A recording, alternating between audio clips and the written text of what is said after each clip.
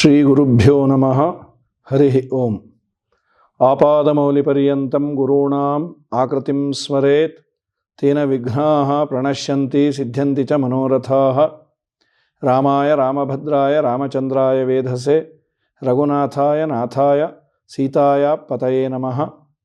ಅಭ್ರಮಂ ಭಂಗರಹಿತಂ ಅಜಡಂ ವಿಮಲಂ ಸದಾ ಆನಂದತೀರ್ಥಮತುಲಂ ಭಜೆ ತಾಪತ್ರಯಾಪಹಂ. ತಪಸ್ವಾಧ್ಯಾಯ ಶುಶ್ರೂಷಾ ಕೃಷ್ಣಪೂಜಾ ರಥಂ ಮುನಿಂ ವಿಶ್ವೇಶಂ ಇಷ್ಟದಂ ವಂದೇ ಪರಿವ್ರಾಟ್ ಚಕ್ರವರ್ತಿನಂ. ಪೃಥ್ವೀಮಂಡಲಮಧ್ಯಸ್ಥಾಃ ಪೂರ್ಣಬೋಧಮತಾನುಗಾಃ ವೈಷ್ಣವಾಃ ವಿಷ್ಣುಹೃದಯಾಃ ತಾನ್ ನಮಸ್ಸೆ ಗುರೂನ್ ಮಮ. ಶ್ರೀ ಸತ್ಯಾತ್ಮತೀರ್ಥ ಗುರುಭ್ಯೋ ನಮಃ. ಎಲ್ಲ ಸಜ್ಜನರಿಗೆ ವಿಶೇಷವಾಗಿ ಹೊಸ ವರ್ಷ ಬೇವು ಬೆಲ್ಲದಲ್ಲಿ ಬೆಲ್ಲವನ್ನೇ ಹೆಚ್ಚಾಗಿ ತರಲಿ ಅಂತ ಆಶಿಸ್ತಾ, ನೋಡುವ ಕಣ್ಣುಗಳಿಗೆ ಒಂದು ವಿಭಿನ್ನವಾದ ರೀತಿಯಲ್ಲಿ ಭಗವಂತನ ತತ್ವವನ್ನು ಮುಟ್ಟಿಸುವ ಅನ್ನುವ ಅಪೇಕ್ಷೆಯಿಂದ ಸಂವಾದದ ಒಂದು ಕಾರ್ಯಕ್ರಮವನ್ನು ಇಟ್ಟುಕೊಂಡು ಅದನ್ನು ನಿಮ್ಮವರೆಗೂ ತಲುಪಿಸುವ ಪ್ರಯತ್ನವನ್ನು ಮಾಡ್ತಾ ಇದ್ದೇವೆ. ಚೈತ್ರ ಮಾಸ ಅಂದ ಕೂಡಲೇ ತಲೆಯಲ್ಲಿ ಬರೋದು ರಾಮಾಯಣ, ಶ್ರೀರಾಮಚಂದ್ರನ ಕಥೆಯನ್ನು ಕೇಳೋದು ಅಂತ. ಎಲ್ಲರಿಗೂ ಪ್ರಾಯ ಹಡಿಯುವ ತಾಯಿಗೆ ಒಂದು ಅಪೇಕ್ಷೆ ಇರುತ್ತೆ, ನನ್ನ ಮಗ ರಾಮನಂತೆ ಆದರ್ಶ ಪುರುಷನಾಗಲಿ ಅಂತ.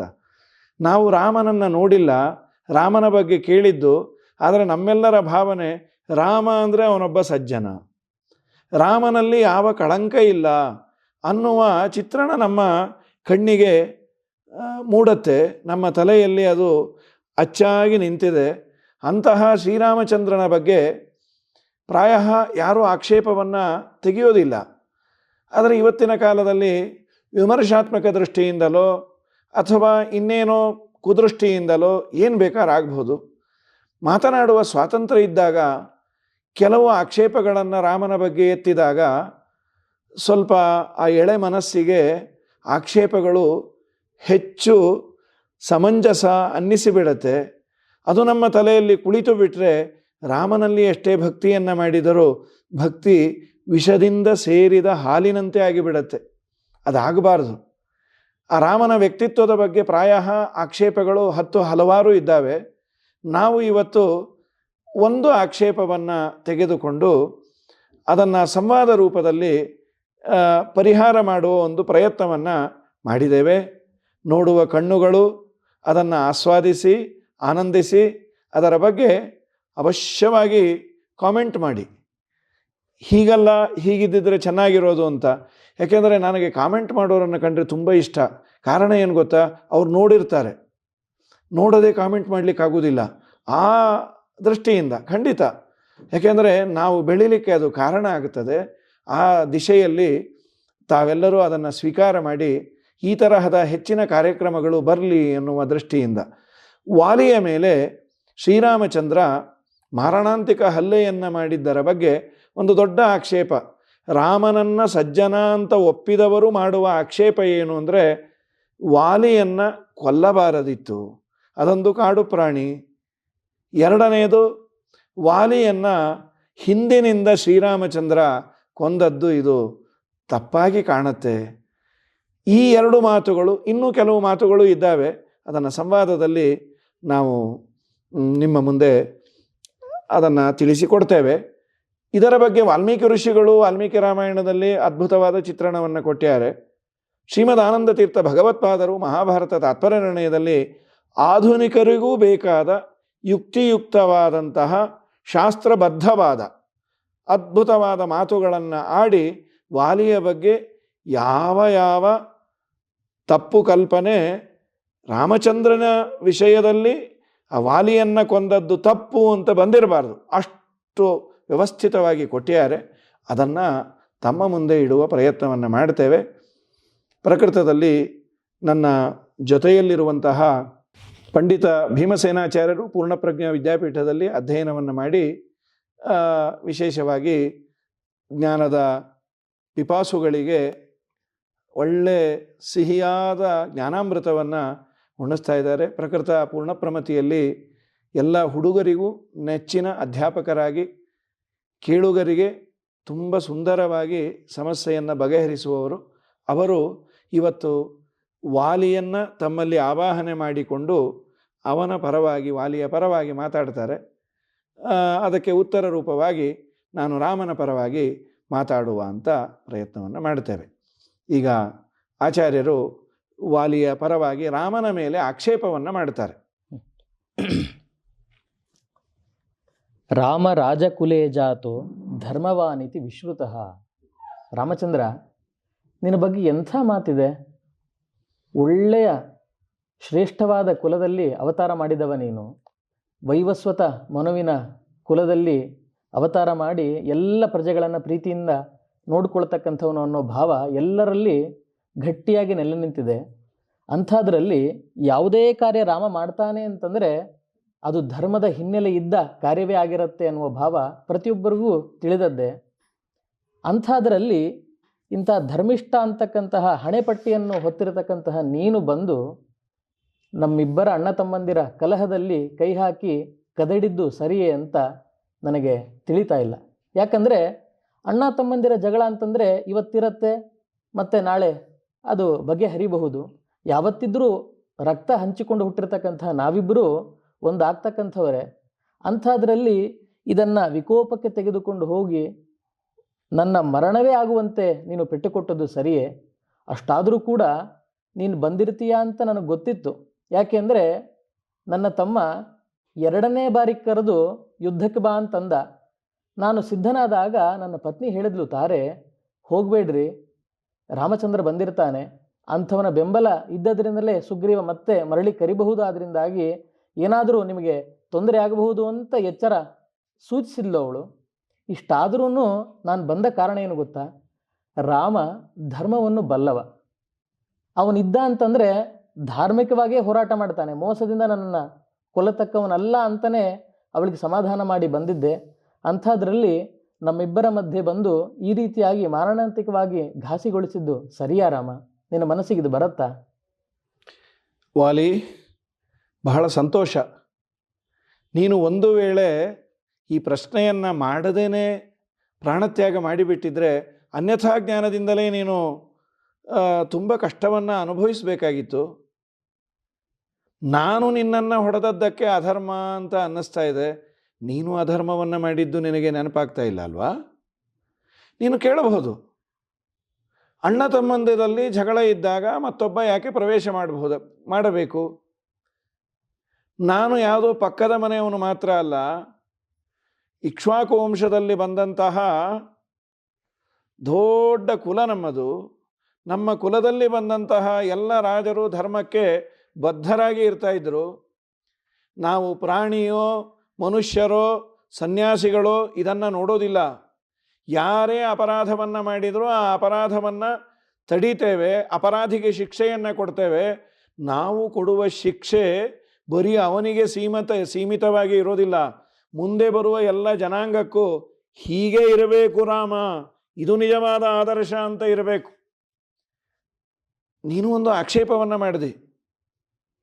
ಈ ಅರಣ್ಯ ನಮ್ಮದು, ನಮ್ಮ ಪಾಡಿಗೆ ನಾವು ಇರ್ತೇವೆ, ನಾವು ಪ್ರಾಣಿಗಳು, ನಾವು ಅಣ್ಣ ತಮ್ಮಂದಿರು ಜಗಳವನ್ನು ಆಡಿಕೊಂಡಿದ್ರೆ ಮಧ್ಯೆ ನೀನ್ಯಾಕೆ ಪ್ರವೇಶ ಮಾಡಬೇಕು ಅಂತ. ಈ ಅರಣ್ಯದಲ್ಲಿ ವಾಸ ಮಾಡಿದ್ದರಿಂದ ನಿನ್ನದು ಅಂತ ಭಾವನೆ ಇದೆ. ಆದರೆ ನಿಜವಾಗಲೂ ಇಕ್ಷ್ವಾಕು ವಂಶದವರ ಇಡೀ ಸಂಪತ್ತು ಭೂಮಂಡಲ. ಆ ಭೂಮಂಡಲದಲ್ಲಿ ರಾಜನಾದಂತಹ ನೀನು ಕೇಳಬಹುದು, ನೀನು ರಾಜನಲ್ಲಲ್ಲ, ಭರತ ಅಲ್ವ ರಾಜ? ನೀನು ತ್ಯಾಗ ಮಾಡಿದೆ ಈಗ. ಖಂಡಿತ ಹೌದು, ಭರತನೇ ರಾಜ ಈಗ. ಆದರೆ ನನ್ನ ರಾಜನಿಗೆ ನಾನು ಋಣಿಯಾಗಿ ಇರಬೇಕು. ನನ್ನ ಊರಿನಲ್ಲಿ ರಾಜನಿಗೆ ಅಪಕೀರ್ತಿ ಬರುವಂತಹ ಕೆಲಸ ಯಾರಿಂದಲೇ ಆದರೂ ಒಬ್ಬ ಪ್ರಜೆಯ ಕರ್ತವ್ಯ ಇದೆ. ಅದು ನನಗೇನು ಅಂತ ಔದಾಸೀನ್ಯದಿಂದ ಹೋಗಬಾರ್ದು. ಇವತ್ತು ಔದಾಸೀನ್ಯ ತುಂಬ ಆದದ್ದರಿಂದಲೇ ಇಷ್ಟು ಸಮಸ್ಯೆಗಳು ಆಗ್ತಿರೋದು. ಪ್ರತಿಯೊಬ್ಬ ಪ್ರಜೆಗೂ ತನ್ನ ನೈತಿಕತೆಯ ಬಗ್ಗೆ ಜ್ಞಾನ ಇದ್ದಿದ್ದರೆ ಇಷ್ಟು ಸಮಸ್ಯೆಗಳು ಉಲ್ಬಣ ಆಗ್ತಾ ಇರಲಿಲ್ಲ. ನನಗ್ಯಾಕೆ ಬೇಕು? ನಾನೊಬ್ಬ ಪ್ರಜೆ ಆದವನು, ನನ್ನ ರಾಜ, ಅವನ ವಂಶಕ್ಕೆ ಇಕ್ಷ್ವಾಕು ಕುಲಕ್ಕೆ ಅಪಕೀರ್ತಿ ಬರಬಾರ್ದು ಅನ್ನೋದಕ್ಕೆ ನಾನು ನಿನ್ನನ್ನು ಹೊಡೆದದ್ದು. ನಿನಗೊಂದು ಹೇಳ್ತೇನೆ ಕೇಳು. ವಾಲ್ಮೀಕಿ ರಾಮಾಯಣದಲ್ಲಿ ಅದರ ಚಿತ್ರಣವನ್ನು ಸರಿಯಾಗಿ ಕೊಟ್ಟಿಲ್ಲ. ವಾಲ್ಮೀಕಿ ಋಷಿಗಳು ಕೊಟ್ಟಿದ್ದಾರೆ, ರಹಸ್ಯವಾಗಿ ಅದನ್ನು ಇಟ್ಟಿದ್ದಾರೆ. ಎಲ್ಲವೂ ಸುಲಭವಾಗಿ ಸಿಗಬಾರದು ಅನ್ನೋದು ಹಿರಿಯರ ಉದ್ದೇಶ. ಕಾಲಾಂತರದಲ್ಲಿ ಬಂದಂತಹ ವರ್ಷನ್ಸ್, ಮಧ್ವಾಚಾರ್ಯರು ಹೇಳ್ತಾರೆ, ಅಣ್ಣ ತಮ್ಮಂದಿರ ಮಧ್ಯೆಯಲ್ಲಿ ನೀನ್ಯಾಕೆ ಬಂದಿ ಅಂತ ಆಕ್ಷೇಪ ಅಲ್ವಾ? ಹೌದು. ಖಂಡಿತ ಹೌದು. ನಾನು ಮೊದಲನೇ ಬಾರಿ ಬಿಟ್ಟೆ ನಿನ್ನೆ. ಸುಗ್ರೀವನಿಗೆ ನೀನು ಚೆನ್ನಾಗಿ ಹೊಡೆದೆ. ನಾನು ನಿನ್ನನ್ನು ಬಿಟ್ಟದ್ದು ಯಾಕೆ ಗೊತ್ತಾ? ನಿನ್ನೆ ನನಗೆ ಸಾಮರ್ಥ್ಯ ಇರಲಿಲ್ಲ ಅಂತಲ್ಲ, ತುಂಬ ವರ್ಷದಿಂದ ಅಣ್ಣ ತಮ್ಮಂದಿರಲ್ಲಿರುವ ವೈಮನಸ್ಯ ಒಮ್ಮೆ ನೋಡಿದಾಗ ಇಬ್ಬರಿಗೂ ಪಶ್ಚಾತ್ತಾಪ ಬಂದು ಯಾಕೆ ಈ ಜಗಳ ಅಂತ ಅವರು ಸಂಧಾನವನ್ನು ಮಾಡಿಕೊಳ್ತಾರೋ ಏನೋ ಅಂತ ನನ್ನ ಅಭಿಪ್ರಾಯ. ಜಗತ್ತಿಗೆ ಒಂದು ಪಾಠ. ಆದರೆ ನೀನು ಸಂಧಾನದ ಮೂಡಲ್ಲಿ ಇರಲಿಲ್ವೇ? ಯಾಕೆಂದರೆ ಸಾಮರ್ಥ್ಯ ಇದೆ ಅಂತ ನಿನಗೆ ಹಮ್ಮು ಇತ್ತು. ನಾನು ಅವನನ್ನು ಮೊದಲು ಅಧರ್ಮ ಮಾಡಿದವನು ನೀನು. ನಿನ್ನ ಮಗಳ ಸ್ಥಾನದಲ್ಲಿರುವ ಸುಗ್ರೀವನ ಹೆಂಡತಿಯನ್ನು ನೀನು ಕರೆದುಕೊಂಡು ಹೋದದ್ದು ಎಷ್ಟರ ಮಟ್ಟಿಗೆ ಸರಿ? ಅದನ್ನು ನೀನು ವಿಚಾರ ಮಾಡಬೇಕಾಗಿತ್ತು. ನಿನ್ನ ಮೊದಲನೇ ಆಕ್ಷೇಪಕ್ಕೆ ನಾನು ಉತ್ತರ ಕೊಡೋದು, ಕಾಡಿನಲ್ಲಿರುವ ಪ್ರಾಣಿಗಳಿಗೆ ಹೊಡಿಲಿಕ್ಕೆ ನೀನ್ಯಾರು ಅಂದರೆ ನಾನು ರಾಜ. ರಾಜನಾದವನ ಕರ್ತವ್ಯ ಕರ್ಮ ತನ್ನ ಊರಿನಲ್ಲಿ ಎಲ್ಲ ಪ್ರಾಣಿಗಳನ್ನು ರಕ್ಷಣೆ ಮಾಡೋದು. ಶನ್ನೋ ಭವದ್ವಿಪದೇ ಶಂಚತುಷ್ಪದೇ. ವೇದ ಹೇಳುತ್ತೆ, ಬರೀ ದ್ವಿಪದಗಳು ಮನುಷ್ಯರು ಮಾತ್ರ ಸುಖವಾಗಿರಬೇಕು ಅಂತಲ್ಲ, 4 ಕಾಲಿನ ಪ್ರಾಣಿಗಳು ಪ್ರತಿಯೊಂದು ಜೀವವೂ ಚೆನ್ನಾಗಿರಬೇಕು ಅಂತ ಬಯಸುವವನು ನಾನು. ಆದ್ದರಿಂದ ನಾನು ನಿನ್ನನ್ನು ಬಾಣದಿಂದ ಹೊಡೆದದ್ದು. ಮತ್ತೆ ನಿನಗೇನಾದರೂ ಸಂದೇಹ ಇದ್ದರೆ ಪರಿಹಾರ ಮಾಡಿಕೋ. ನಿನಗೆ ಇದು ಹಿಡಿಸಿರಬಹುದು ನಾನು ಕೊಟ್ಟ ಉತ್ತರ. ನಾನು ರಾಜನಾದದ್ದರಿಂದ ಹೀಗೆ ಮಾಡಿದೆ ಅಂತ. ಇನ್ನೇನು ನಿನ್ನ ಸಂದೇಹ ಹೇಳಪ್ಪ? ಆಯಿತು ರಾಮಚಂದ್ರ. ಶಂಚತುಷ್ಪದೇ ಅನ್ನುವ ವೇದದ ವಾಕ್ಯವನ್ನು ಹೇಳಿ ನನ್ನ ಬಾಯಿಯನ್ನು ಕಟ್ಟಿಸಿದೆಯಾ? ಆಗಲಿ.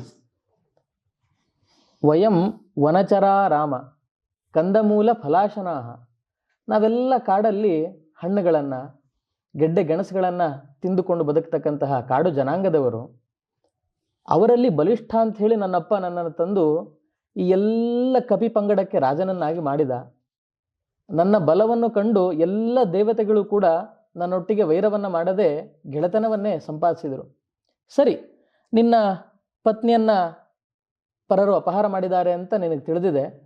ಅದನ್ನು ಹುಡುಕಿ ಕೊಡಬೇಕು ಅಂತಲೇ ನೀನು ಎಲ್ಲ ಕಡೆ ತಿರುಗಾಡ್ತಾ ಬಂದಿದ್ದು. ಅದರ ಜೊತೆಗೆ ಸುಗ್ರೀವನ ಗೆಳೆತನ ಮಾಡಿದ್ದು. ಒಂದು ಹೇಳ್ತೀನಿ, ನೀನು ಮಹಾರಾಜ ಅಂತಂದರೆ ಯಾವತ್ತೂ ಸಮಾನ ಬಲದವರೊಟ್ಟಿಗೆ, ಹಾಗೆ ಸಮಾನ ಕಕ್ಷೆಯಲ್ಲಿರುವವರ ಜೊತೆಗೆ ಗೆಳೆತನ ಮಾಡಬೇಕು. ಅಂಥದ್ರಲ್ಲಿ ಇಲ್ಲಿ ಮಹಾಬಲಿಷ್ಠನಾದ ಈ ವಾಲಿ ಇದ್ದಾಗ ದುರ್ಬಲನಾದ ನನ್ನ ತಮ್ಮನಾದ ಸುಗ್ರೀವನ ಜೊತೆಗೆ ಹೋಗಿ ನೀನು ಗೆಳೆತನ ಮಾಡಿರೋದಾದ್ರೂ ಸರಿಯಾ? ಯಾಕಂದರೆ ನನಗೆ ಒಂದು ಮಾತು ನೀನು, ನೋಡಪ್ಪ, ನಾನು ನೀನು ಗೆಳೆಯರು, ನನ್ನ ಹೆಂಡತಿ ರಾವಣ ಕರ್ಕೊಂಡು ಹೋಗಿದ್ದಾನೆ, ಅವಳನ್ನು ಕರ್ಕೊಂಡು ಬಾ ಅಂತ ಒಂದೇ ಒಂದು ಮಾತು ಹೇಳಿದ್ದಿ ಅಂತಂದರೆ ನಾನು ಪ್ರೀತಿಯಿಂದ ನಿನ್ನನ್ನು ಭಕ್ತಿ ಭಾವದಿಂದ ಆರಾಧನೆ ಮಾಡ್ತಕ್ಕಂಥವ್ನು ನಾನು.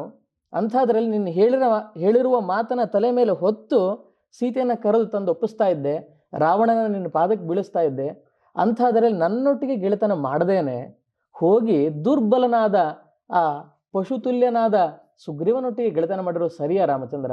ಇದು ರಾಜಕಾರಣದ ನಿಯಮನ? ಹೇಳಿ ಇದ್ರ ಬಗ್ಗೆ ನೀನೆ. ಬಹಳ ಸಂತೋಷ ವಾಲಿ, ನೀನೊಂದು ಮಾತಾಡ್ದೆಯಲ್ಲ.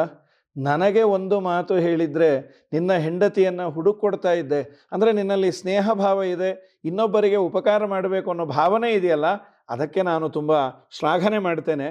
ಇಷ್ಟು ನೋವಿನಲ್ಲೂ ಇಂಥ ಏಟಿನಲ್ಲೂ ನಾನು ಸಹಾಯ ಮಾಡ್ತಾ ಇದ್ದೆ ಅಂತಂದೆಯಲ್ಲ, ನಿಂದು ಒಳ್ಳೆ ಮನಸ್ಸು, ಅದು ನನಗೆ ಅರ್ಥ ಆಗಿದೆ. ಆದರೆ ನಾನೊಂದು ಮಾತು ಹೇಳ, ನನ್ನ ಹೆಂಡತಿಯನ್ನು ಹುಡುಕು ಕೊಡ್ತಾನೆ ಅನ್ನುವ ಕಾರಣದಿಂದ ನಿನ್ನನ್ನು ಹೊಡೆದದ್ದಲ್ಲ.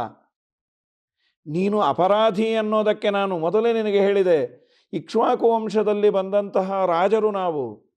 ಕ್ಷತ್ರಿಯನಾದವನು ತನ್ನ ಸುತ್ತಮುತ್ತಲು ಏನಾಗತ್ತೆ ಅನ್ನೋದನ್ನು ತಿಳಿದು ಶಾಸನವನ್ನು ಮಾಡೋದು ಅವನ ಕರ್ತವ್ಯ ಕರ್ಮ. ಅದಕ್ಕೆ ನಾನು ಹೊಡೆದದ್ದು. ಆಮೇಲೆ ನಿನಗೆ ಇನ್ನೊಂದು ನಾನು ಇವತ್ತು ಪರಿಹಾರ ಮಾಡ್ತೇನೆ. ನಿನ್ನ ತಲೆಯಲ್ಲಿರುವ ಆ ಒಂದು ವಿಚಾರಧಾರೆಯನ್ನು, ಸುಗ್ರೀವನಂತಹ ದುರ್ಬಲನನ್ನು ನೀನ್ಯಾಕೆ ಹೋಗಿ ಕೇಳಿದೆ? ನನ್ನನ್ನು ಕೇಳಿದರೆ ನಾನು ಮಾಡ್ತಾ ಇದ್ದೆ. ಹೌದು. ಸಖ್ಯವನ್ನು ಮಾಡಬೇಕಾದ್ರೆ ನಾನೊಬ್ಬ ಮರ್ಯಾದಾ ಪುರುಷ ಅಂತ ನಿನ್ನ ತಲೆಯಲ್ಲಿ ಉಂಟಲ್ವಾ? ಹೌದು. ಯಾಕೆ ಇದೆ? ನನ್ನ ಆಚಾರ, ವ್ಯವಹಾರ, ವಿಚಾರ ಎಲ್ಲ ಚೆನ್ನಾಗಿದೆ ಅಂತ ನಿನ್ನ ತಲೆಯಲ್ಲಿದೆ. ನಿಜ. ಇನ್ನೊಬ್ಬರ ಪತ್ನಿಯನ್ನ ತನ್ನ ಮನೆಯಲ್ಲಿ ಇಟ್ಟುಕೊಂಡು ಕಳಿಸು ಅಂದಾಗೂ ಕಳಿಸದೆ ದುರ್ಬಲನನ್ನು ಹೊಡೆಯುವವನನ್ನು ನಾನು ವಿರೋಧ ಮಾಡಿ ಇಂಥ ಪ್ರಾಬಲ್ಯಕ್ಕೆ ನಾನು ಮನ್ನಣೆ ಮಾಡಿಬಿಟ್ರೆ ನನ್ನ ರಾಜ್ಯದಲ್ಲಿ ಎಲ್ಲರೂ ನಾಳೆ ದಿವಸ ಅದೇ ತರಹ ಮಾಡಿಬಿಡ್ತಾರಲ್ವಾ? ರಾಜ ನಿದರ್ಶನ ಆಗಬೇಕು. ಅವನು ದುರ್ಬಲನಾದರೂ ಪರವಾಗಿಲ್ಲ, ಅವನಲ್ಲಿ ಹಣ ಇಲ್ಲದೆ ಇದ್ದರೂ ಪರವಾಗಿಲ್ಲ, ಅವನಲ್ಲಿ ಸಜ್ಜನಿಕೆ ಇದೆ, ಅಂಥವನಿಗೆ ನಾನು ಪ್ರೋತ್ಸಾಹನೆಯನ್ನು ಕೊಡಬೇಕೇ ವಿನಃ ಯಾರು 10 ಜನನ್ನ ಕೊಲ್ತಾರೆ, ಯಾರು ಪ್ರಬಲರೋ ಅವರ ಹಿಂದೆ ರಾಜರು ಬಿದ್ದರೆ ಸಾಮಾನ್ಯ ಜನರ ಗತಿ ಏನು? ಇದನ್ನು ನೋಡಬೇಕಲ್ವ ವಾಲಿ? ನಿಜ. ಒಂದು ಇದರ ಬಗ್ಗೆ ಇಷ್ಟು ವಾಲ್ಮೀಕಿ ಋಷಿಗಳು ನಿರೂಪಣೆ ಮಾಡಿ ಕೊಡ್ತಾರೆ. ಆದರೆ ಮಧ್ವಾಚಾರ್ಯರು ಒಂದು ಮಾತನ್ನು ಆಡ್ತಾರೆ. ಇದರ ಬಗ್ಗೆ ಶ್ರೋತೃಗಳಿಗೆ ಆಚಾರ್ಯರು ಕೊಡುವ ಎಂಥ ಅದ್ಭುತವಾದ ಲಾಜಿಕ್ಕು, ಅದು ನಿನಗೂ ಒಂದು ಮಾತನ್ನು ಹೇಳ್ತಾನೆ. ಯಾರ ಸಹಾಯವೂ ನನಗೆ ಬೇಕಾಗಿಲ್ಲ. ನನ್ನ ಹೆಂಡತಿಯನ್ನು ಹುಡುಕೋದಕ್ಕಾಗಿ ನಾನು ಸುಗ್ರೀವನ ಸಹಾಯವನ್ನು ನಾನು ತೆಗೆದುಕೊಂಡೆ ಅನ್ನೋದು ಸರ್ವಥಾ ಅಲ್ಲ. ಕಾರಣ ಇಷ್ಟೇ, ಸರ್ವೋತ್ತಮನಾದ ರಾಮಚಂದ್ರ, ಸರ್ವೋತ್ತಮನಾದ ಭಗವಂತನಿಗೆ ಕೇವಲ ಇಚ್ಛೆ ಮಾತ್ರದಿಂದ ಜಗತ್ತಿನ ಸೃಷ್ಟ್ಯಾದಿಗಳನ್ನು ಮಾಡುವವನಿಗೆ ತನ್ನ ಹೆಂಡತಿಯನ್ನು ಹುಡುಕಲಿಕ್ಕೆ ಈ ಕಪಿಗಳ ಸಹಾಯ ಬೇಕಾ? ಯ ಪ್ರೇರಕ ಸಕಲ ಲೋಕ ಸಕಲ ಶೇಮುಷಿ ಸಂತತೇಶ್ಚ, ಇಡೀ ಜಗತ್ತಿಗೆ ಬಲಪ್ರದ ಯ ಪ್ರೇರಕ ಸಕಲ ಲೋಕ ಬಲಸ್ಯ, ಇಡೀ ಲೋಕದ ಬಲಕ್ಕೆ ಪ್ರೇರಕನಾದವನು. ಮತ್ತೊಂದು ಮಾತು ಭಾಗವತದಲ್ಲಿ ಇರುವ ಮಾತನ್ನು ಪೂರ್ವಾರ್ಧವನ್ನು ಹೇಳಿ ಉತ್ತರಾರ್ಧವನ್ನು ಆಚಾರ್ಯರು ಫಿಲಪ್ ಮಾಡ್ತಾರೆ. ಯತ್ ಪಾದ ಪಂಕಜರಜ ಶಿರಸಾ ಬಿಭರ್ತಿ ಶ್ರೀಹಿ ಅಬ್ಜಜಶ್ಚ ಗಿರಿಶಃ ಸಹ ಲೋಕಪಾಲೈಹಿ. ಏನಿದರ ಅರ್ಥ ಅಂದರೆ, ಯಾರ ಪಾದ ರೇಣುಗಳನ್ನು ಧಾರಣೆ ಮಾಡಿ ಬ್ರಹ್ಮಾದಿ ದೇವತೆಗಳು ಇಡೀ ಜಗತ್ತನ್ನೇ ಆಳ್ತಾರೆ, ಸರ್ವೇಶ್ವರಸ್ಯ ಪರಮಸ್ಯ ಹಿ ಸರ್ವಶಕ್ತೇ ಕಿಂ ತಸ್ಯ ಶತ್ರುಹನನೆ ಕಪಯ ಸಹಾಯ. ಜಗತ್ತನ್ನೇ ನೋಡಿಕೊಳ್ಳುವ, ಕಣ್ಣು ಮಿಟಿಕಿಸಿದರೊಳಗೆ ಎಲ್ಲವನ್ನ ನಿಯಮನೆ ಮಾಡುವ ರಾಮನಿಗೆ ಕಪಿಗಳ ಸಹಾಯ ಬೇಕಾ? ತೆಗೆದುಕೊಂಡದ್ಯಾಕೆ ಅಂದರೆ ಅವರನ್ನು ಉದ್ಧಾರ ಮಾಡಲಿಕ್ಕೆ. ಆದರೆ ನಿನ್ನ ಪ್ರಶ್ನೆಗೆ ಉತ್ತರ ನೇರವಾಗಿ ಹೇಳೋದಾದರೆ, ಸುಗ್ರೀವನ ಸಹಾಯ ನನ್ನ ಹೆಂಡತಿಯನ್ನು ಹುಡುಕಿ ಕೊಡುವುದರಲ್ಲಿ ಇದೆ ಅನ್ನೋದಕ್ಕೆ ನಾನು ನಿನ್ನನ್ನು ಕೊಂದದ್ದಲ್ಲ, ನೀನು ಅಪರಾಧಿ ಅಂತ ಕೊಂದದ್ದು. ನನ್ನ ಸ್ನೇಹ ಮಾಡಿದರೆ ನನ್ನ ಕೆಲಸ ಸುಲಭವಾಗಿ ಆಗ್ತಿತ್ತು ಅಂತ ನಿನ್ನ ತಲೆಯಲ್ಲಿದೆಯಲ್ಲ, ನಾನು ಅಪರಾಧಿಗಳ ಸ್ನೇಹವನ್ನು ಮಾಡಿ ನನ್ನ ಕೆಲಸವನ್ನು ಸುಗಮವಾಗಿ ಮಾಡಿಕೊಳ್ಳುವವನಲ್ಲ. ನನ್ನ ಕೆಲಸ ನಿಧಾನಕ್ಕಾದರೂ ಅಡ್ಡಿ ಇಲ್ಲ, ಪ್ರಾಮಾಣಿಕವಾಗಿ ಆಗಬೇಕು. ನಾನು ಮಾಡಿದ ಕೆಲಸ ನಾಳೆ ದಿನ 4 ಜನಕ್ಕೆ ಅದು ಒಂದು ಮಾಡೆಲ್ ಆಗಬೇಕು, ಮಾದರಿ ಆಗಬೇಕು. ಆದ್ದರಿಂದ ಹಾಗೆ ಮಾಡಿದೆ. ಇನ್ನು ನಿನಗೆ ಇನ್ನೇನಾದರೂ ಸಂದೇಹ ಇದ್ದರೆ ಕೇಳಿಕೋ, ಅವಶ್ಯವಾಗಿ ನಾನು ಉತ್ತರವನ್ನು ಕೊಡಲಿಕ್ಕೆ ತಯಾರಿದ್ದೇನೆ. ಅದು ನನ್ನ ಕರ್ತವ್ಯವೂ ಹೌದು.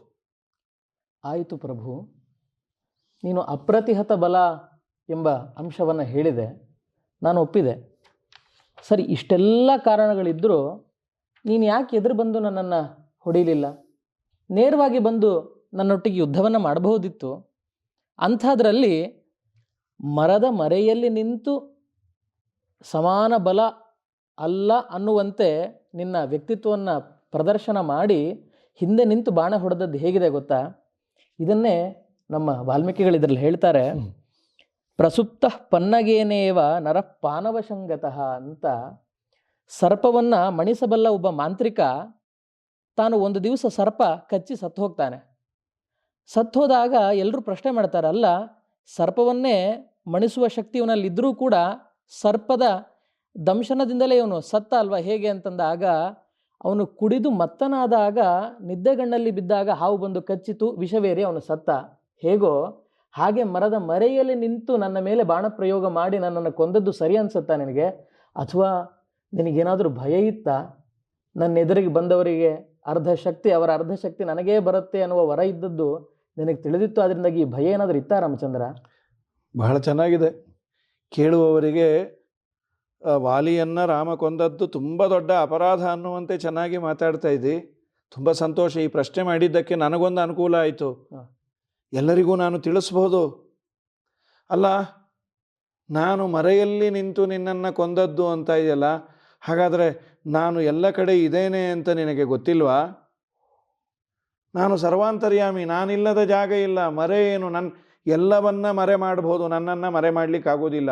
ಆದರೂ ಲೌಕಿಕವಾಗಿ ಹೇಳೋದಾದರೆ ನಿನಗೊಂದು ವರ ಇದೆ, ಅದು ನನಗೆ ಗೊತ್ತು. ವಾಲಿಯ ಎದುರಾಳಿಗಳಿಗೆ ಆ ವಾಲಿಯ ಅರ್ಧ ಬಲ, ಎದುರಾಳಿಗಳ ಅರ್ಧ ಬಲ ವಾಲಿಗೆ ಬರುತ್ತೆ. ವಾಲಿಯೇ ಸ್ವಯಂ ಸಮರ್ಥ, ಎದುರಾಳಿಗಳ ಬಲ ಅರ್ಧ ಬಂತು ಅಂತಾದರೆ ಎದುರಾಳಿ ಅವನು ಸೋಲನ್ನು ಮೊದಲೇ ಒಪ್ಪಿಕೊಳ್ಳಬೇಕು. ಆ ಭಯದಿಂದ ನಾನು ಬಂದಿಲ್ಲ. ಯಾವುದನ್ನು ಅರ್ಧ ಮಾಡಲಿಕ್ಕಾಗತ್ತೆ? ಯಾವುದಕ್ಕೆ ಒಂದು ಸೀಮೆ ಇದೆ, ಎಲ್ಲೇ ಇದೆ, ಅದನ್ನು ಅರ್ಧ ಮಾಡ್ಬೋದು. ನಿಸ್ಸೀಮನಾದ ಅನಂತ ಶಕ್ತಿ, ಅನಂತ ಅನ್ನೋದನ್ನು ಅರ್ಧ ಅಂತ ಮಾಡಲಿಕ್ಕೆ ಆಗುವುದಿಲ್ಲ. ಹೌದು. ಆದ್ದರಿಂದ ನನ್ನ ಶಕ್ತಿಯನ್ನು ಅರ್ಧ ನಿನಗೆ ಬರತ್ತೆ ಅನ್ನೋದು ಪ್ರಶ್ನೆನೇ ಇಲ್ಲ. ಇನ್ನೊಂದು ಹೇಳ್ತೇನೆ, ನಿಜವಾದದ್ದು. ಒಂದು ವೇಳೆ ನಾನು ನಿನ್ನೆದರಿಗೆ ಬಂದಿದ್ದರೆ ನೀನು ನನ್ನ ಭಕ್ತ. ಅದನ್ನು ನಾನು ಚೆನ್ನಾಗಿ ಅರ್ತಿದ್ದೇನೆ. ಭಕ್ತೋ ಮಮೈಷ ಯದಿ ಮಾಂ ಅಭಿಪಶ್ಯತೀಹ ಪಾದೋ ಧ್ರುವಂ ಮಮ ಸಮೇಷ್ಯತಿ ನಿರ್ವಿಚಾರ. ನನ್ನ ಪಾದಾಕ್ರಾಂತನಾಗೋದು ಇವನು ಗ್ಯಾರಂಟಿ. ಒಳ್ಳೇದೇ ಅಲ್ವಾ? ಈ ಕೊಲ್ಲುವ ಪ್ರಶ್ನೆನೇ ಇರಲಿಲ್ಲ. ಆಗ ನೀನು ಹೇಳಿಬಿಡ್ಬೋದಾಗಿತ್ತಲ್ಲ, ನೀನು ನನ್ನನ್ನು ಅಷ್ಟು ಭಕ್ತ ಅಂತ ತಿಳಿದ ಮೇಲೆ ಸುಗ್ರೀವನಿಗೆ ನೀನು ಕೊಡು, ನ್ಯಾಯವನ್ನು ಮಾಡು ಅಂತ. ನೀನು ಅಪರಾಧವನ್ನು ಮಾಡಿ ಆಗಿತ್ತು. ಅಪರಾಧಿಗೆ ನಾನು ಶಿಕ್ಷೆಯನ್ನು ಕೊಡಬೇಕು. ನಾನು ಮಾತು ತಪ್ಪೋನಲ್ಲ, ಸುಗ್ರೀವನಿಗೆ ಮಾತು ಕೊಟ್ಟಾಗಿತ್ತು. ನಿನ್ನ ಹೆಂಡತಿಯನ್ನು ಮಾತ್ರ ನಿನಗೆ ಕೊಡಿಸ್ತೇನೆ, ನಿನ್ನ ರಾಜ್ಯ ಕೊಡಿಸ್ತೇನೆ ಅಂತಲ್ಲ, ನಿನಗೆ ಏನು ತೊಂದರೆ ಕೊಟ್ಟಿದ್ದಾನೆ ಅವನಿಗೆ ಶಿಕ್ಷೆಯನ್ನು ಮಾಡ್ತೇನೆ ಅಂತ. ಪಾದಾಕ್ರಾಂತರಾದವರನ್ನು ಕೊಲ್ಲುವುದು ಅದು ಸರಿಯಾದದ್ದಲ್ಲ. ಯೋಗ್ಯೋ ವಧೋ ನಹಿ ಜನಸ್ಯ ಪದಾನತಸ್ಯ ರಾಜ್ಯಾರ್ಥಿನ ರವಿಸುತೇನ ವಧೋ ಅರ್ಥಿತಶ್ಚ. ನಾನು ಸುಗ್ರೀವನಿಗೆ ಮಾತು ಕೊಟ್ಟಿದ್ದೆ, ಅಪರಾಧಿಗಳನ್ನು ದಂಡನೆಯನ್ನು ಮಾಡೋದು ನನ್ನ ಕರ್ತವ್ಯ ಕರ್ಮ. ನೀನು ನನ್ನ ಪಾದಾಕ್ರಾಂತನಾಗ್ತಾ ಇದ್ದಿ, ನನ್ನ ಭಕ್ತ ಅನ್ನೋ ವಿಶ್ವಾಸವೂ ನಿನ್ನ ಮೇಲೆ ಇದೆ. ಆದ್ದರಿಂದ ನಾನು ನಿನಗೆ ಮಾಡಿದ್ದೇನು ಗೊತ್ತಾ? ನಿನ್ನ ಪಾಪಗಳೆಲ್ಲ ಇಲ್ಲಿ ಹೋಗಲಿ ಅಂತಾನೆ ನಾನು ಮಾಡಿದ್ದು. ಈಗ ನೀನು ಪಾಪಗಳಿಂದ ಪೂರ್ಣ ಶುದ್ಧನಾಗಿ ಬಿಟ್ಟು, ಅಂದರೆ ಪಾಪ ಕಳೆದುಕೊಂಡು ನಿನಗೆ ವಿಶೇಷವಾಗಿ ಅನುಗ್ರಹ ಮಾಡಬೇಕು ಅನ್ನುವಂತಹ ತವಕವೂ ನನ್ನಲ್ಲಿದೆ. ನನ್ನ ಭಕ್ತ, ನನ್ನ ಕೂಸು ನನಗೆ ಬೇಕು. ಆದ್ದರಿಂದ ನಾನು ಹೀಗೆ ಮಾಡಿದ್ದು ವಾಲಿ. ನೀನು ಅರ್ಧ ಬಲ ಬರುತ್ತೆ ಅನ್ನುವಂತಹ ತಪ್ಪು ತಿಳುವಳಿಕೆಯನ್ನು ತೆಗೆದು ಹಾಕಿಬಿಡು. ಅರ್ಧ ಬಲ ನನ್ನದು ಯಾರಿಗೂ ಬರೋದಿಲ್ಲ. ನಿನಗೆ ಬಂದದ್ದು ರುದ್ರದೇವನ ಆರಾಧನೆಯಿಂದ ಬಲ. ಹೌದು. ಆ ರುದ್ರದೇವರು ನನ್ನ ಮುಂದೆ ಏನೂ ಮಾಡಲಿಕ್ಕಾಗೋದಿಲ್ಲ. ರುದ್ರನಿಗೂ ಬಲವನ್ನು ಕೊಡೋನು, ಎಲ್ಲರಿಗೂ ಬಲದಾತ್ರ ನಾನು. ಹಾಗಾಗಿ ನಿನ್ನ ತಲೆಯಲ್ಲಿರುವಂತಹ ಆ ಒಂದು ತಪ್ಪು ತಿಳುವಳಿಕೆಯನ್ನು ಬಿಟ್ಟು ಬಿಡು. ಇನ್ನೇನಾದರೂ ಇದ್ದರೆ ಅವಶ್ಯವಾಗಿ ನೀನು ಕೇಳು, ನಾನು ಪರಿಹಾರವನ್ನು ಅವಶ್ಯ ಮಾಡಲಿಕ್ಕೆ ತಯಾರಿದ್ದೇನೆ. ಇಲ್ಲ ಸ್ವಾಮಿ, ಯಾವ ಪ್ರಶ್ನೆಯೂ ಕೂಡ ಇನ್ನು ಉಳಿದಿಲ್ಲ. ಎಲ್ಲರನ್ನೂ ಕೂಡ ನಿನ್ನ ಶರಾಘಾತದಿಂದ ನೆಲವನ್ನು ಅಪ್ಪುವಂತೆ ಮಾಡುವವ ನೀನು. ನನ್ನ ವಾಕ್ಷರಾಘಾತದಿಂದ ನಿನ್ನ ಮರ್ಮವನ್ನು ಭೇದಿಸಬೇಕು ಅಂತ ಅಂದ್ಕೊಂಡು ಬಂದೆ. ಆದರೆ ನಿನ್ನ ಮೃದುವಾಗಿರ್ತಕ್ಕಂತಹ ಈ ಮಾತುಗಳಿಂದ ಈ ದೇಹ ಏನು ತುಂಬ ಸಂತಪ್ತವಾಗಿತ್ತು, ಇವಾಗ ಶೀತಲವಾಗಿರತಕ್ಕಂತಹ ಒಂದು ಮಂಜುಗಡ್ಡೆಯ ಹಾಗೆ ನನ್ನ ದೇಹ ಕರಗ್ತಾ ಇದೆ ಸ್ವಾಮಿ. ನನ್ನ ಮನಸ್ಸಿನಲ್ಲಿರ್ತಕ್ಕಂಥ ಶೋಕ ಎಲ್ಲ ಮಡುಗಟ್ಟಿತ್ತು, ಕರಗಿ ಹೋಗ್ತಾ ಇದೆ. ಶರಾಭಿತಪ್ತೇನ ವಿಚೇತಸಾ ಮಯ ಪ್ರದೂಷಿತಸ್ತ್ವಂ ಯದಜಾನತಾ ಪ್ರಭೋ ಇದಂ ಮಹೇಂದ್ರೋಪಮ ಭೀಮ ವಿಕ್ರಮ ಪ್ರಸಾದಿತಸ್ತ್ವಂ ಕ್ಷಮಮೇ ನರೇಶ್ವರ. ಸ್ವಾಮಿ, ತಿಳಿದೇ ತಪ್ಪನ್ನು ಮಾಡಿಬಿಟ್ಟಿದ್ದೇನೆ. ಬಲದ ಕೊಬ್ಬಿನಿಂದ ನಾನು ಹೀಗೆ ಮಾತಾಡಿದವ, ಇಷ್ಟೆಲ್ಲ ಬಲಾತ್ಕಾರದ ಕಾರ್ಯಗಳನ್ನು ಮಾಡಿದ್ದೇನೆ. ದಯವಿಟ್ಟು ಅಜಾನತಾ ಪ್ರಭು, ತಿಳಿಯದವನಿಂದ ಈ ತಪ್ಪಾಗಿರುವುದರಿಂದ ದಯವಿಟ್ಟು ನನ್ನನ್ನು ಕ್ಷಮಿಸಿ ಉದ್ಧಾರ ಮಾಡು ಸ್ವಾಮಿ. ಯಾವುದೇ ಭಾವವನ್ನು ಮನಸ್ಸಿನಲ್ಲಿ ಇಟ್ಟುಕೊಳ್ಳದೆಯೇ ನಿನ್ನ ತೊಡೆಯಲ್ಲಿ ಮಲಗಿ ಪ್ರಾಣವನ್ನು ಬಿಡತಕ್ಕಂತಹ ಒಂದು ಪರಮ ಭಾಗ್ಯವನ್ನು ಕರುಣಿಸಿ ಅನುಗ್ರಹ ಮಾಡು ಎಂಬುದೇ ನನ್ನ ಹೃದಯಪೂರ್ವಕವಾಗಿರತಕ್ಕಂತಹ ಭಿನ್ನಹದ ಕೋರಿಕೆ ಸ್ವಾಮಿ. ದಯವಿಟ್ಟು ನಿನ್ನ ಅನುಗ್ರಹ ಸದಾಕಾಲ ನನ್ನಲ್ಲಿರಲಿ. ವಾಲಿ, ನಿನ್ನ ಪಶ್ಚಾತ್ತಾಪದ ಮಾತುಗಳು ಕೇಳಿ ನನ್ನ ಹೃದಯ ಕರಗ್ತು. ನೀನು ಉಳಿಯುವುದಾದರೆ ನಿನ್ನನ್ನು ಬದುಕಿಸ್ತೀನಪ್ಪ. ಉಜ್ಜೀವ ಇಷ್ಯ, ನೀನು ಬದುಕ್ತೀಯಾ? ಬೇಡ ಸ್ವಾಮಿ. ಬಹಳ ಸಂತೋಷ. ಯಾಕೆ ಗೊತ್ತಾ? ಬದುಕಿ ಮನುಷ್ಯ ಸಾಯುವುದಕ್ಕಿನ್ನ ರಾಮನ ತೊಡೆಯ ಮೇಲೆ ರಾಮನ ಚಿಂತನೆ ಮಾಡ್ತಾ ರಾಮನ ದರ್ಶನ ಮಾಡುವ ಆ ಭಾಗ್ಯ ಯಾರಿಗೆ ಬರುತ್ತೆ, ಯಾರಿಗೆ ಬರೋದಿಲ್ಲ. ನಿನ್ನ ತಪ್ಪಿನ ಅರಿವು ನಿನಗಾದದ್ದರಿಂದ ತುಂಬ ದೊಡ್ಡವನಾಗಿ ಬಿಟ್ಟಿವಾಲಿ. ಹಾಗಾಗಿ ಅವಶ್ಯವಾಗಿ ನಿನ್ನನ್ನು ಉದ್ಧಾರ ಮಾಡ್ತೇನೆ, ಏನು ಕಾಳಜಿ ಮಾಡಬೇಡ. ನೀನು ಹೀಗೇ ಉದ್ಧತನಾಗಿದೆ ಅಂತ ನಾನು ನಿನಗೆ ಭರವಸೆಯಿಂದ ಅನುಗ್ರಹವನ್ನು ಮಾಡಿದ್ದೇನೆ. ಹರಯೇ ನಮಃ. ಧನ್ಯನಾಗಿದ್ದೇನೆ ಪ್ರಭು, ಧನ್ಯನಾಗಿದ್ದೇನೆ. ಹೀಗೆ ವಾಲಿಯ ಬಗ್ಗೆ ಇದ್ದಂತಹ ಸಂಶಯಗಳನ್ನು ಶ್ರೀಮದಾಚಾರ್ಯರು ಕೊಟ್ಟ ನಿರ್ಣಯಾನುಸಾರವಾಗಿ, ಜೊತೆಯಲ್ಲಿ ವಾಲ್ಮೀಕಿ ಋಷಿಗಳೇ ವಾಲಿಯೇ ಒಪ್ಪಿಕೊಳ್ತಾನೆ ನನ್ನ ಅಪರಾಧ ಅಂತ. ಆದರೆ ಇವತ್ತು ನಮ್ಮ ದುರಂತ ಅಂದರೆ ವಾಲಿ ಒಪ್ಪಿಕೊಂಡದ್ದು ಯಾರಿಗೂ ಬೇಡ, ವಾಲಿಯನ್ನು ರಾಮ ಕೊಂದದ್ದು ಮಾತ್ರ ಬೇಕು. ವಾಲಿಯೇ ನಾನು ಅಪರಾಧಿ. ಇದರ ಮೇಲೆ ನಮ್ಮ ವಾದಿರಾಜ ಸ್ವಾಮಿಗಳು ಒಂದು ಮಾತನ್ನು ಹೇಳ್ತಾರೆ. ಶ್ರೀರಾಮಚಂದ್ರ ಅವನು ಸಾಯುವಂತೆ ಹೊಡೆದು ಬದುಕಿಸ್ತೇನೆ ಅಂದದ್ದು ಎಷ್ಟರ ಮಟ್ಟಿಗೆ ಸರಿ? ಒಂದು ವೇಳೆ ಅವನು ಬದುಕ್ತೀನಿ ಅಂದಿದ್ರೆ ರಾಮ ಏನು ಮಾಡ್ತಾ ಇದ್ದ? ಹೀಗೊಂದು ಪ್ರಶ್ನೆಯನ್ನು ಮಾಡಿಕೊಂಡು ವಾದಿರಾಜರಂತಾರೆ, ಅವನಿಗೆ ಪ್ರೇರಣೆ ಮಾಡೋ ನಾನೇ ಅಲ್ವಾ, ಆದ್ದರಿಂದ ಏನು ತೊಂದರೆ ಇಲ್ಲ. ಅಲ್ಲ, ಇದನ್ನು ಹೊಡೆಯುವ ಮುಂಚೆ ರಾಮ ಹೇಳಬೇಕಾಗಿತ್ತಲ್ವ? ಇಲ್ಲ, ಹೊಡೆದಾಗ ಅವನ ದೇಹದಲ್ಲಿರುವ ನೆತ್ತರು ಎಲ್ಲ ಆಚೆ ಬಂತು. ರಾಮನ ಬಾಣ ಅಂದರೆ ಹನುಮಂತ, ಹನುಮಂತನ ಶಾಸ್ತ್ರವನ್ನು ತಿಳಿದಾಗ ತಪ್ಪಿನ ಅರಿವು ಆಗತ್ತೆ. ಈಗ ತಪ್ಪಿನ ಅರಿವು ಅವನಿಗೆ ಆದದ್ದರಿಂದ ನಾನು ಮಾಡಿದ್ದು ತಪ್ಪು, ರಾಮನ ದರ್ಶನ ಮಾಡ್ತಾ ಪ್ರಾಣ ಬಿಡ್ತೇನೆ ಅಂತ ಒಪ್ಪಿಕೊಂಡ ಅಂತ ಸುಂದರವಾಗಿ ನಿರೂಪಣೆ ಮಾಡಿದ್ದಾರೆ. ಒಂದು ಸಣ್ಣ ಪ್ರಯತ್ನವನ್ನು ವಿಶೇಷವಾಗಿ ಮಧ್ವಾಚಾರ್ಯ ವಾಣಿ ಇದರ ಮುಖಾಂತರ ಎಲ್ಲರ ಮನೆಗೆ ಮುಟ್ಟಿಸುವಂತಹ ಒಂದು ಪ್ರಯತ್ನವನ್ನು ಆ ಚಾನಲ್ನವರು ಮಾಡಿದ್ದಾರೆ. ಪ್ರತಿಯೊಬ್ಬರೂ ಇದನ್ನು ಸ್ವೀಕಾರ ಮಾಡಿ ಆನಂದಪಟ್ಟು ಇದರಲ್ಲಿ ಏನಾದರೂ ಇಂಪ್ರೂವ್ಮೆಂಟ್ಸು ಬೇಕು ಅಂದರೆ ಅವಶ್ಯ ಕಾಮೆಂಟಲ್ಲಿ ನೀವು ತಿಳಿಸಿದರೆ ಅದನ್ನು ಒಗ್ಗಿಸಿಕೊಳ್ಳಲಿಕ್ಕೆ ಅವರಾಗಲಿ ಅಥವಾ ಇದುವರೆಗೂ ಮಾತಾಡಿದ ವಿದ್ವಾಂಸರಾಗಲಿ ಎಲ್ಲರೂ ತಯಾರಿದ್ದೇವೆ ಅಂತ ಹೇಳ್ತಾ, ಹರಯೇ ನಮಃ. ಶ್ರೀಕೃಷ್ಣಾರ್ಪಣಮಸ್ತು.